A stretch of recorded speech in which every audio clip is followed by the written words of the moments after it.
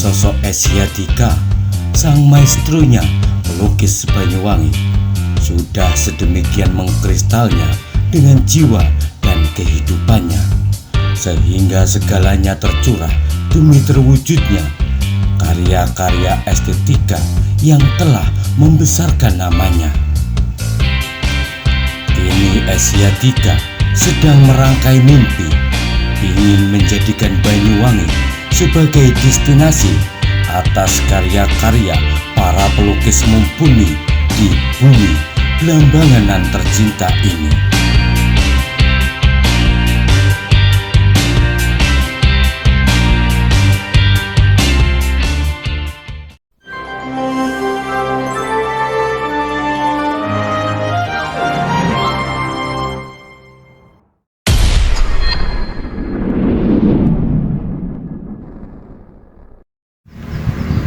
Assalamualaikum warahmatullahi wabarakatuh.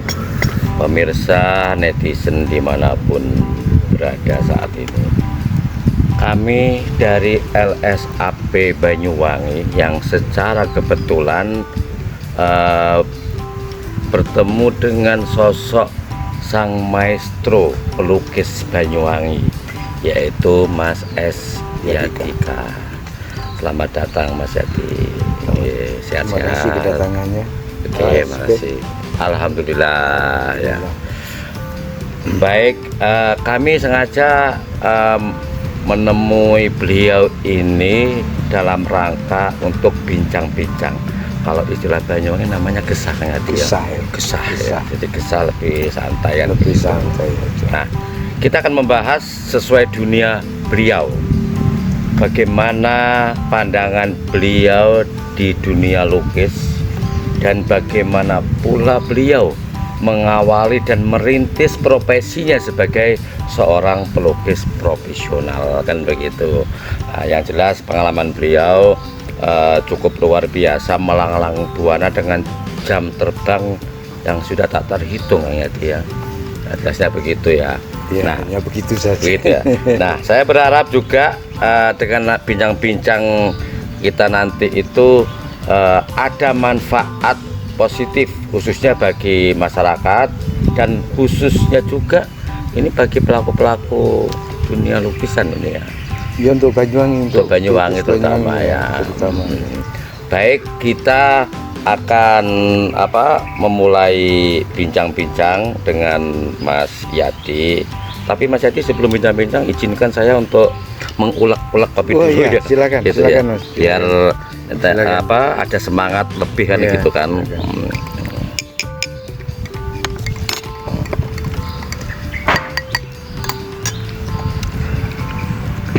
Tidak ada kopi tidak enak. Iya, teman kita untuk bincang-bincang sore ini ya. Ya. Baik, kebetulan kita ada di area galeri atau sanggar lukis Kawitan ya. Ya. Di sebelahnya ini merupakan galerinya Mas Yadi. Banyak sekali karya-karya Mas Yadi sendiri. Kalau karya saya di sana. Oh, dari sana malah ya. Ya, khusus ya. Nanti kita izinkan untuk ngambil gambarnya kan begitu kan. Kalau sini berarti karya teman-teman. Jadi kepedulian saya dan kebetulan juga teman-teman pelukis itu menyambut untuk untuk kelihatan Banyuwangi sekarang kan sudah mulai destinasi wisata, sudah mulai tergarap, dan mulai wisatawan dalam dan luar negeri itu mulai ada, sehingga kami mau menangkap itu secara pasar. Di Banyuwangi ini bisa nggak kami lakukan untuk menangkap itu, menangkap pasar itu. Berarti galeri ini memang masih dibangun itu sebagai wadah atau tempat karya-karya lukis teman-teman di Banyuwangi berarti. Iya, jadi di samping galeri ini, kalau sudah nggak ada pameran, kami khususkan untuk galeri. Pelukis-pelukis menaruh lukisan di sini untuk dipasarkan. Mas Yadi, jenengan begitu menaruh kepedulian luar biasa ya ke teman-teman pelukis. Sebenarnya dalam diri Mas Yadi ini seberapa jauh sih ketertarikannya terhadap dunia lukis itu sendiri? Dunia lukis itu sudah menjadi satu jiwa saya. Satu jiwa ya. Artinya sampai-sampai kepada teman-teman itu saya nggak usah dikasih pangkat lain. Saya dikasih pangkat pelukis itu sudah alhamdulillah. Alhamdulillah ya. Bersyukur saya bisa menjadi hidup dari lukisan itu sudah sangat luar biasa, bisa menghidupi anak, istri, sekitarnya itu sudah berkat Allah ya. Ya, kemurahan Allah. Kemurahan Allah kepada saya.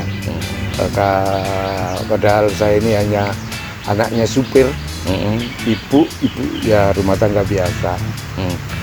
Tetapi sejauh ini Mas Yadi berarti mengandalkan semua kebutuhan perekonomiannya itu bersumber dari dunia lukis berarti. Begitu. Tapi kebetulan istri saya itu guru negeri PNS. Menjadi penopang berarti ya, dan penunjang juga. Menopang juga, memberi spirit saya. Mendukung penuh. Mendukung sangat mendukung istri saya. Artinya secara psikologis saya terbantu oleh PNS istri saya. Karena ada hal yang yang sudah ada gitu sudah. Karena lukisan itu tidak setiap saat bisa terjual atau bisa dikoleksi gitu. Tapi ya memang sebagian besar adalah lukisan. Artinya di sini seorang istri itu menjadi pensupport atau pendukung utama untuk Mas Yadi leluasa mengaktualisasikan dunia lukis, begitu maksudnya? Oh sangat, istri sangat dominan harus karena istri saya sangat mendukung sekali. Istri saya kalau melihat masa kecilnya tinggal di sebuah desa di Banyuwangi, daerah selatan, lingkungan santri. Tapi kenapa kok bisa berdamping dengan pelukis yang hidupnya kadang-kadang amburadul ya, dengan kesenian saya ini kadang-kadang kehidupan susah untuk diatur gitu. Tapi istri saya sangat bisa mendukung saya sehingga saya lebih kuat lagi. Atau mungkin dunia lukis yang Mas Yadi dalami ini memiliki kekuatan magic secara gaib sehingga beliau tertarik pada Mas Yadi. Nggak tahu, tapi yang jelas masa remaja kan waktu itu kan, kalau tiba-tiba tertarik ya kita sama-sama sudah menikah. Loh, kok ternyata ini adalah jodoh yang terbaik untuk saya. Ya. Artinya bisa mendukung saya. Betul. Tapi kan dunia lukis itu kan dunia keindahan, Mas Yadi. Jadi dunia keindahan yang dimana di situ memiliki karakteristik tersendiri kan, begitu kan? Dan ini nggak semua orang mampu menerjemahkannya, nggak semua orang mampu mempersembahkannya. Dan mungkin apakah mungkin ini juga yang menjadi daya tarik atau secara magic mempunyai kekuatan yang luar biasa, sesuatu yang mungkin yang dicari selama ini. Pernah nggak ada pengakuan semacam itu bagi seorang istri sebelum jatuh dalam pelukannya Mas Yadi? Istri saya itu sederhana ya, pengakuan dia. Yang penting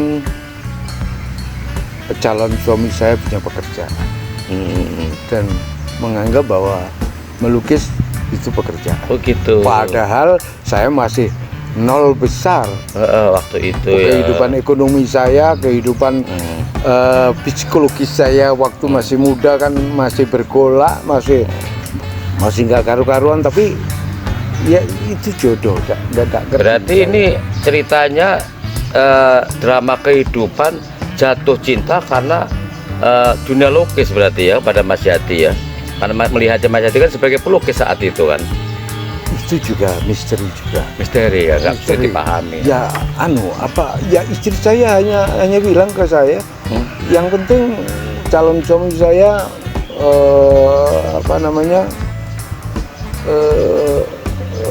Punya pekerjaan dan punya tanggung jawab. punya tanggung jawab Sebagai Itu, suami kan begitu. mungkin juga istri saya pernah kos di tempat saya, melihat ibu, bapak, dan keluarga saya. Ya mungkin keluarga yang menurut saya idola dia. Ya, dan juga melihat saya walaupun pelukis dengan kehidupan yang amburadul, tapi saya sudah siap gitu untuk berumah tangga gitu. Berarti ini menarik. Dan Istri dari nol itu. dari nol. Oh, Dari nol. nol sekali sudah. Yang menarik kan begini Mas Yadi. Ini ibaratnya sebuah pertarungan dunia agamis dengan dunia lukis. Menyatu, mengkristal kan begitu kan. Karena adanya sebuah ketertarikan yang disebut Mas Yadi, jadi sebuah misteri kan begitu. Baik, sekarang pertanyaannya begini. Mas Yadi menganggap bahwa waktu itu memulainya itu masih nol besar lah, katakan begitu kan. Ibarat sekolah itu kan dari TK, ada nol kecil, nol besar kan begitu kan. Sebenarnya apa sih yang melatar belakangi Mas Yadi hingga begitu interest terhadap dunia lukis awalnya Mas Yadi? Itu juga goib, itu juga saya nggak ngerti. Tapi dari SD itu saya ketertarikan dengan melukis, padahal pada tahun itu kan seperti sekarang kan buat teknologi sudah, informasi sudah Majunya luar biasa. sudah maju luar biasa. Dulu nggak ada, masih komik-komik. Tapi ketertarikan saya mulai dari SD sehingga SLTA sampai SLTP, SLTA itu nggak bisa dibendung gitu. Begitu kuat alam begitu saja. Berarti digerakkan di dalam diri memang ya? Dari dalam saya. Sehingga sampai setelah SLTA saya ke Jakarta, dan ternyata di Jakarta untuk jadi pelukis BEM Salabim tidak bisa. Itu perlu perjuangan proses yang menurut akal tidak masuk akal kalau saya bisa jadi pelukis. Begitu ya. Pada saat itu diproses sehingga saya sampai menjerit-jerit kepada Allah bahwa Allah, gimana saya ingin jadi pelukis, tolong saya dikasih jalan saya. Akhirnya saya dikasih jalan sampai saya dari Jakarta 2,5 tahun. Tahun berapa saya itu? ke Bali tahun 80 kira-kira. Tahun 80 ya lama. Dari 80 masuk di Jakarta tahun 77 78 saya. Bagaimana ya? Karena tamatnya kan 78 Desember biasanya kalau dulu kan. Sampai akhirnya sampai saya ke Bali. Ya kebetulan ada teman aja itu juga yang menarik saya. Mas, kamu daripada ke Jakarta ke Bali aja. Nah, ternyata di Bali itu adalah dunia saya. Menemukan dunia saya, karena di Bali ya Allah benar-benar yang berada di Bali memberi pertolongan ke saya, memberikan ruang tempat ke saya. Saya bisa melukis, saya bisa menjual, itu berproses. Itu yang saya idamkan. Di Jakarta tidak bisa. Oh gitu. Tahun berapa sampai hanya berapa tahun di Jakarta? 2,5 tahun saya. Berarti tahun 80 hingga 82, 83 iya, berarti ya. Pernah saya sampai nguli, pernah sampai jadi di Jakarta itu. Di Jakarta bisa sampai pernah kerja di sebuah percetakan yang ada majalahnya ya, Kucica namanya pada tahun itu. Terus ya sampai saya punya bersama dengan teman-teman punya sanggar di Monas, terus sanggar di Bulungan. Saya selalu fokus gitu ya. Artinya banyak teman-teman saya yang punya hobi melukis di Jakarta pengen jadi pelukis tapi tidak fokus. Saya fokus, selalu dikasih jalan aja gitu. Oh, semacam ruang-ruang aja ya. Ruang seperti dikasih jalan saya. Dan seperti saya di Sanggar Bulungan, saya bisa berkumpul dengan teman-teman sampai sekarang jadi memori saya yang tidak bisa hilang ya. terus kerja di majalah Cijak itu saya bertemu dengan seorang senior saya, Matius namanya, itu yang mendidik awal saya bagaimana sketsa, bukan lukisan, sketsa yang saya sama sekali tidak tahu. Awalnya nggak ngerti apa-apa. Nggak ngerti apa-apa karena pelukis dari desa sih, dari Banyuwangi. Sketsa diperkenalkan sketsa, akhirnya saya latihan terus. Nah itu saya sampai akhirnya saya banyak juga melihat pameran-pameran di Jakarta, terasa dengan kehidupan yang keras. Tapi ya, hampa saya. Saya mau jadi pelukis ya Allah ini. Akhirnya ditunjuklah saya sampai ke Bali.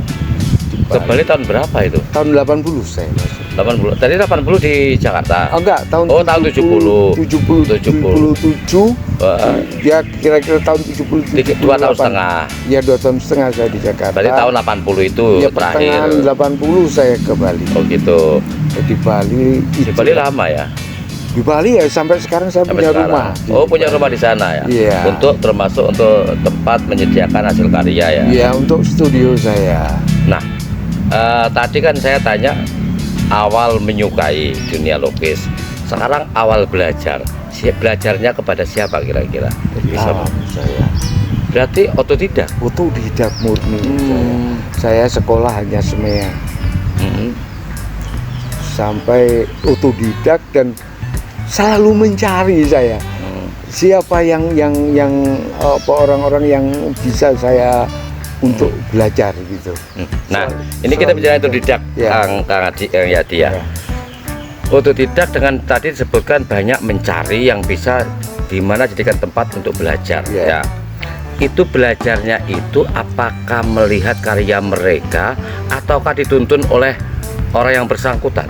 Nggak ada saya. Nggak ada. Saya begitu melihat lukisan praktek di rumah gitu, terus saya nanti bertanya lagi, saya terus bukan satu saja, tapi banyak guru saya, banyak senior saya yang di Bali terutama lebih banyak saya bertemu dengan senior malahan di Bali untuk saya lebih tekun lagi. Berprofesi saya sebagai pelukis. Di Bali saya digodok benar. Cuma ini hikmah saya tinggal di Jakarta. Saya di Bali sekitar tahun berapa ya? Tahun 8 sebelum nikah. 84 saya masuk Sanggar Kamboja. Di mana itu? Di Bali. Oh di Bali. Nah, itu berkumpul pelukis-pelukis senior. Saya muda sendiri waktu itu. Yang sudah melanglang. Luar biasa ya. Luar biasa. Akhirnya saya Sanggar ini termasuk ada senior Indonesia itu yang 5 besar pelukis Indonesia, Pak Darso. Saya sempat satu sanggar dengan beliau, pameran di Jakarta, pameran di Surabaya, keliling setahun 3 kali. Pada tahun itu untuk sampai kita berpameran 3 kali itu perlu mengencangkan perut. Nah, kuncinya adalah istri saya yang sangat mendukung. Oh gitu. Jadi saya kalau sudah mau pameran, kencangkan perutmu. Nah, dahulu mana Mas Yadi ini dengan menjalani dunia lukis yang dimulai tahun 77, itu kan di Jakarta ya, hingga tahun 80 itu baru ke Bali kan begitu. Menikahnya kan tahun berapa? Tahun 85 saya. Oh 85 ya. Berarti di sini Mas Yadi ini sudah 2 tahun setengah, hampir kurang lebih 3 tahun di Jakarta. Terus menemukan tempat di Bali baru menikah, berarti begitu ya. Nah, oke. Mas Yadi kan begini, seorang pelukis itu punya grade atau punya nilai itu kan karena karakteristiknya kan begitu kan. Tadi Mas Yadi sudah panjang lebar menceritakan mulai ketertarikannya hingga belajar secara otodidak. Nah, konsep menemukannya hingga Mas Yadi menemukan sesuatu karakter bagi Mas Yadi sendiri itu bagaimana caranya Mas Yadi? Jadi saya dulu catnya ya waktu tahun masuk Bali, ya waktu itu di Jakarta juga sketsa, cat minyak ya, masih dasar cat minyak, pakai cat minyak. Nah sekitar tahun istri tinggal di Banyuwangi, saya di Bali, jadi pulang pergi. Oh gitu. Pulang pergi cari duitnya di Bali. Saya di Bali kan, katanya pelukis itu harus menemukan jati diri. Nah pada saat kesepian saya itulah tahun 89, pada malam hari, kalau nggak salah malam Jumat, saya menemukan teknik. Seperti apa teknik yang ditemukan itu? Jadi saya kan bermacam-macam media yang pernah saya lakukan ya. Oh gitu ya. Pernah cat air, akrilik, cat minyak, terus watercolor. Nah akhirnya saya membuat lukisan di atas kertas, itu apa namanya, pastel. Oh semacam mode pastelnya ya. Nah ada nyeletuk seselentingan, teman saya bilang pastel itu bisa diairkan loh ya, gitu. Oh tak praktekkan, habis saya melukis pastel dengan sempurna, no, tak kebiar air, hasilnya mencengangkan. Berarti menciptakan teori sendiri ya, berarti? Ya. Setelah itu tidur, saya bangun pagi, ini karya saya nikmati di luar gitu ya. Kebetulan datang senior saya. Yat, ini kamu ini Yat. Ah, bener apa Mas? Bener ini Mas Pranoto waktu itu. Berarti karya tadi itu disebut oleh senior, memang ini paknya ya, atau iya, karakternya di ini situ. Karaktermu di sini, ini lukisanmu, ini teruskan ini. Nah, kebetulan saya ada sanggar Kamboja itu. Uji coba saya waktu pameran bersama dengan Kamboja, pameran di Jakarta, disambut hasil tadi itu kolektor tadi itu ya. Iya, kolektor jauh, masih kecil ukurannya, 20-25. Kira-kira dihargai berapa hasil karya dengan menemukan teori sendiri itu saat itu? Saat itu aja 500.000. 500.000. Oh, saya kan memang rajin ya Kang ya. Saya 500.000 saya bawa pameran dengan sanggar itu, bawa 7 laku 11.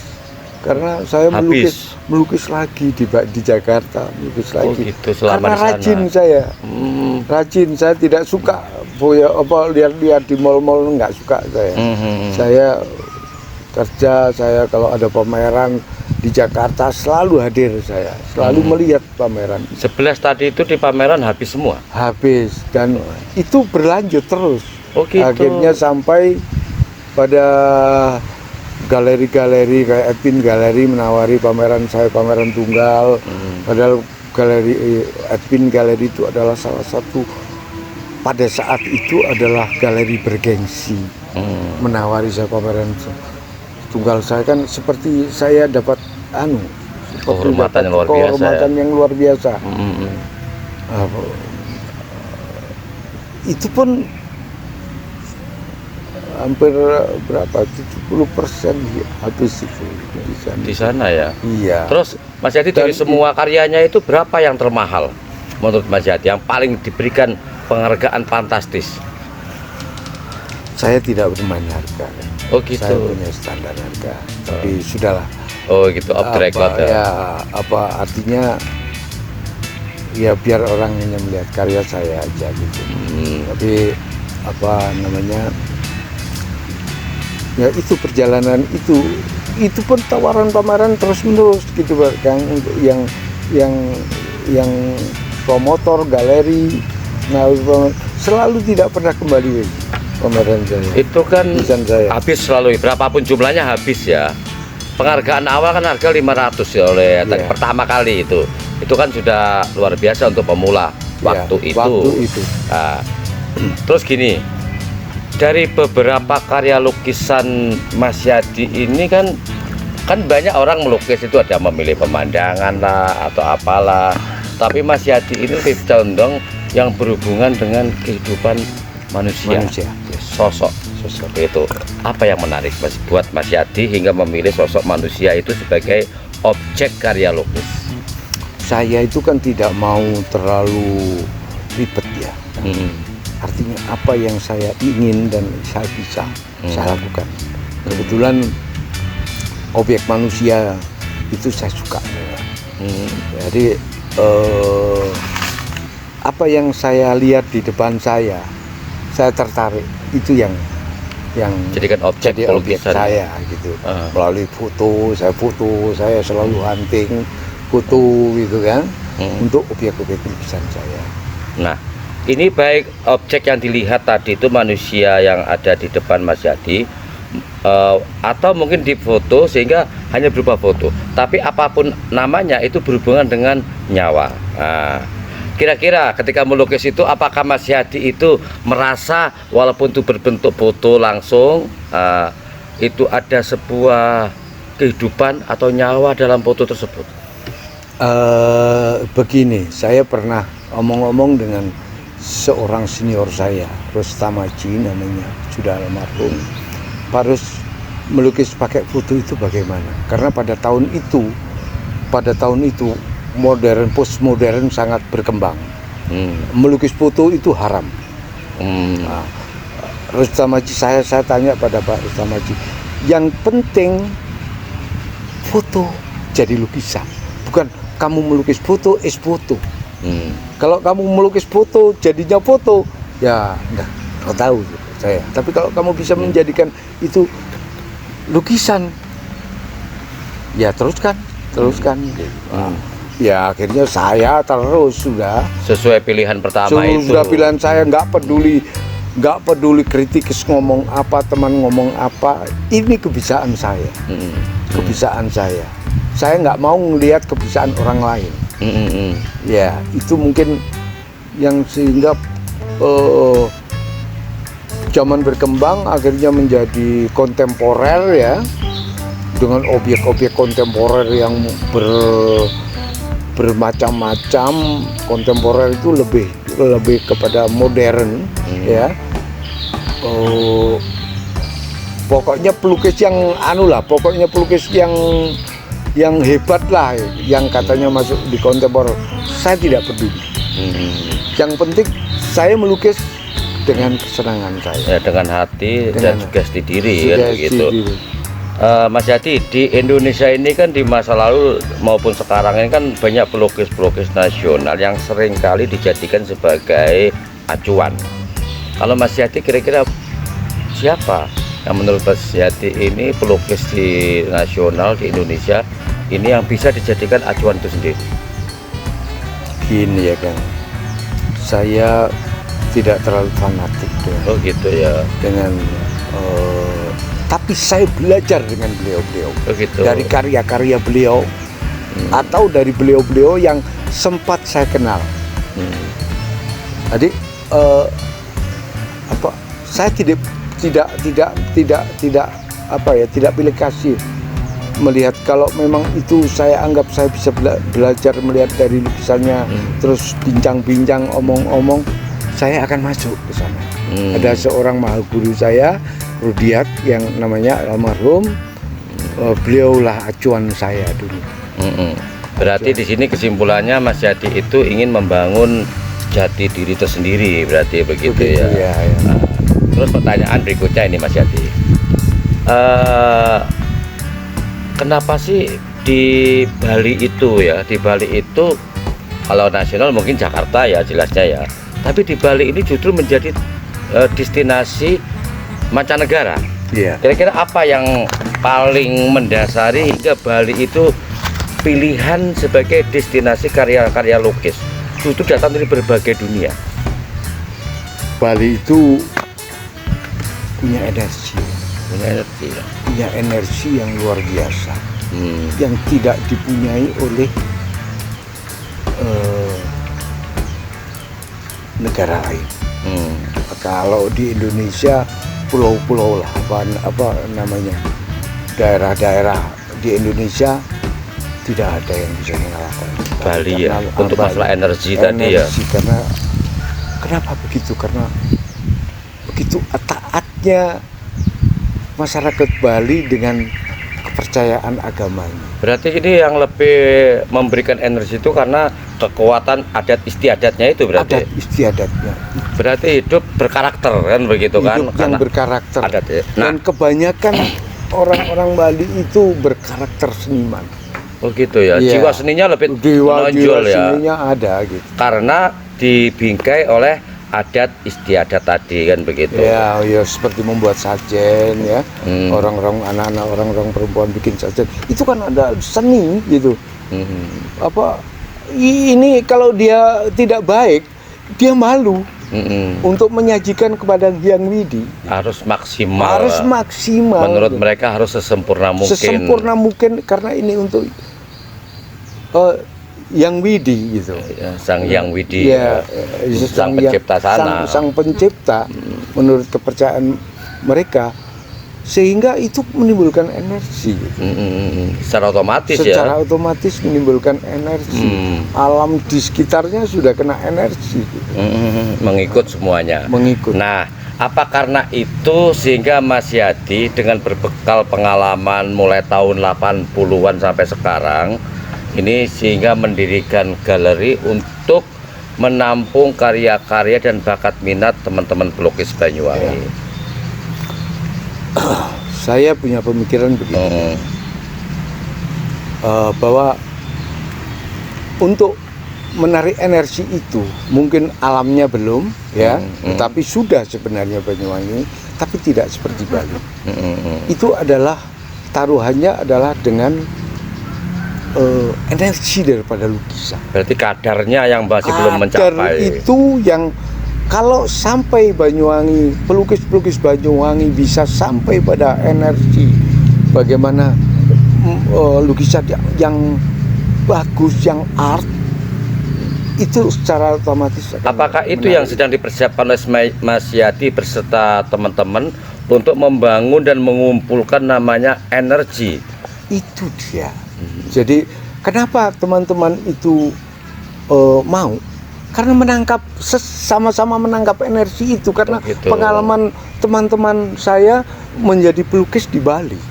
Sama nggak kira-kira harapannya Mas Yadi dan teman-teman pelukis lain kalau Bali menjadi destinasi atau bahasa usingnya jujugan bagi para peminat dan penikmat pelukis dunia lah, penjuru dunia, sehingga Banyuwangi pun akan serupa menjadi destinasi lukisan yang datang dari berbagai mancanegara, satu misal apa seperti tergantung itu? Pelukisnya nanti, perjuangan ya? Pelukisnya.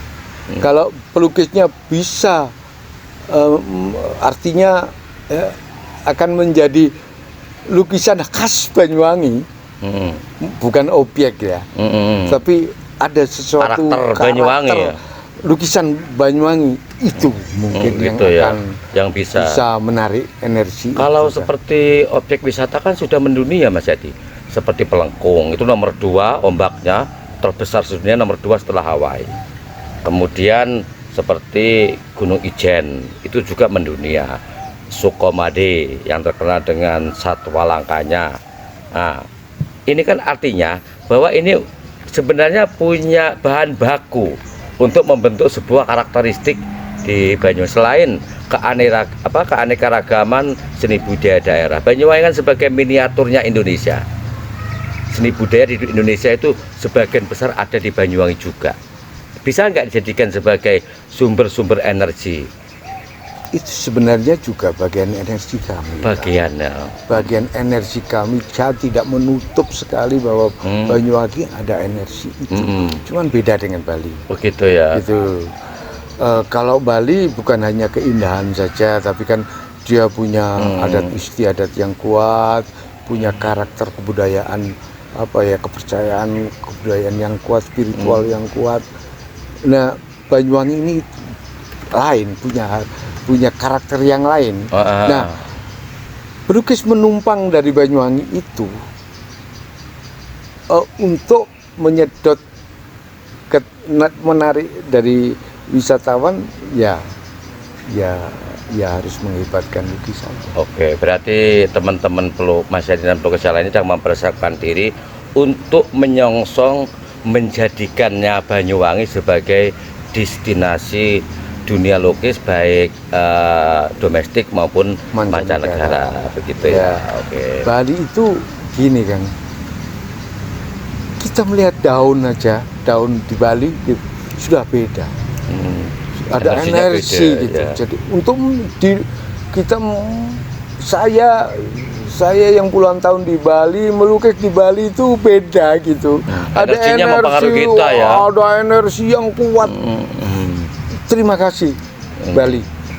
Oh ya, ya ada energi. Bali telah mengajarkan pada mengajarkan Mas Yati, saya ya. lahir dan batin itu. Dan sekarang apa didapat itu kepingin juga diberikan ke teman-teman yang lain, memberikan pengaruh energi positif supaya mengikuti bagaimana Banyuwangi menjadi jati diri dunia lukis sehingga menjadi destinasinya. Kan begitu itu artinya teman-teman pelukis sudah menangkap energi itu untuk bagaimana di Banyuwangi nanti kita bersama-sama membangun gitu. Mudah-mudahan gitu, mudah-mudahan bisa gitu. Berarti itu harapannya ya. Harapan saya begitu gitu. Baiklah pemirsa netizen dimanapun berada, panjang lebar apa yang disampaikan oleh Mas Yadika dengan berbekal pengalaman yang luar biasa. Mudah-mudahan keinginan Mas Yadika selaku sang maestro lukis Banyuwangi ini bisa merekrut teman-teman di Banyuwangi sehingga mampu mengumpulkan dan melahirkan sebuah energi positif ya yang memiliki daya tarik bagi Banyuwangi sehingga Banyuwangi akan menjadi destinasi dunia lukis, tidak hanya dunia dari domestik Kang Yati ya, tapi juga di mancanegara. Terima kasih, salam budaya berbasis kearifan lokal. Wassalamualaikum warahmatullahi wabarakatuh. Mohon doa restunya. Makasih Mas Yati, mudah-mudahan sukses selalu. Terima kasih ya. Terima kasih.